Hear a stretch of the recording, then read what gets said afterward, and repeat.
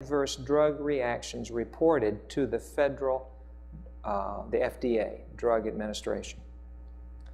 That was up 38% from the previous year. Of these, 4,824 resulted in the death of the individuals involved. That was just in 3 months. Assuming at best a 10% reporting rate to the FDA, that would then mean that an estimated 192,000 Americans will lose their life each year from taking a pharmaceutical drug medication. If we use a higher estimate of reporting, a lower estimate, let's say, we're saying from 1 to 10% are reported. And I gave you the statistics for if 10% of the cases were reported. Let's say that it wasn't 10%. Let's say it was less than that. Let's go to the other end and just look if it was 1% that was reported.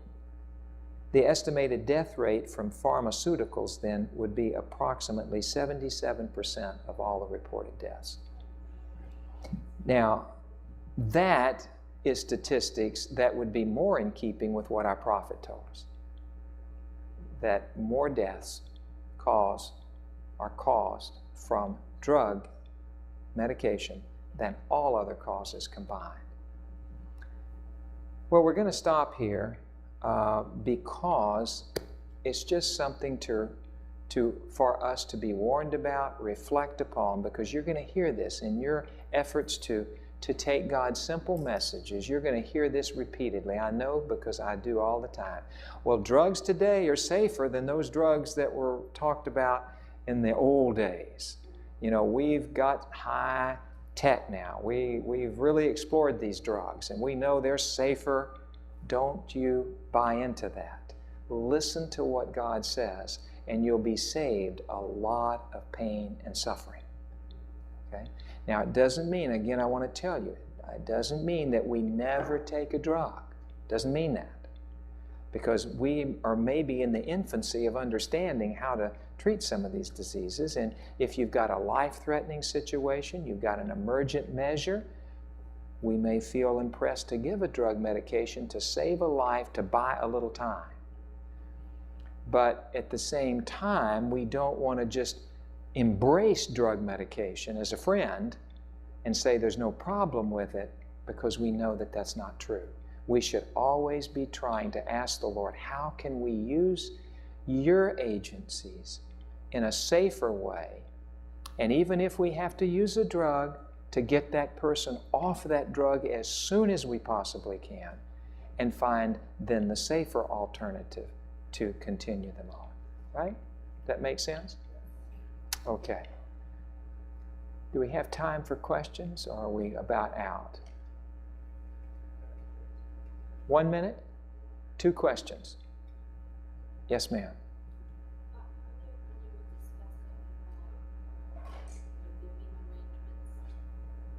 Should it be that no one should sleep in the basement environment at any given time? The question is, should we in our living quarters live in basements? And I would say my opinion is that's not the best, because that's usually the most damp part of any dwelling is the basement. And it's not usually accessible to sunlight. You may get some air down there, but it's not usually accessible to sunlight. And that's where you will see mostly the molds, the mildews, and those things really coming in. It's damp. And I would not think it's the best. We weren't really made to live underground. Let the moles do that, right? There was another question. Not in 1 minute. The question was about vaccinations.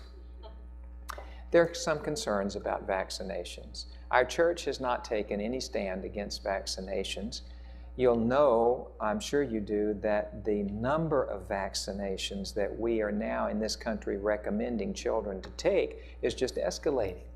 I mean, it's amazing. I was reading an article recently about this, and it's not just MMR now. I mean, you've just got all kinds of things that we're vaccinating people with, children. And so I think we should be cautious, we should be balanced. You know, if kids are in school and they're crowded into conditions where there's a lot of infectious diseases, I would never tell parents, oh, you should never vaccinate your children. On the other hand, I would give parents every liberty to make that decision based upon how they want to rear their children. If they are homeschooling their children and they have them away from all of this mass education. And even if they're just living a healthful lifestyle, they're teaching their children, they're giving them good hygiene at home, they may not be so inclined to want to give these vaccinations that have various substances such as trace amounts of mercury and other things as preservatives in them.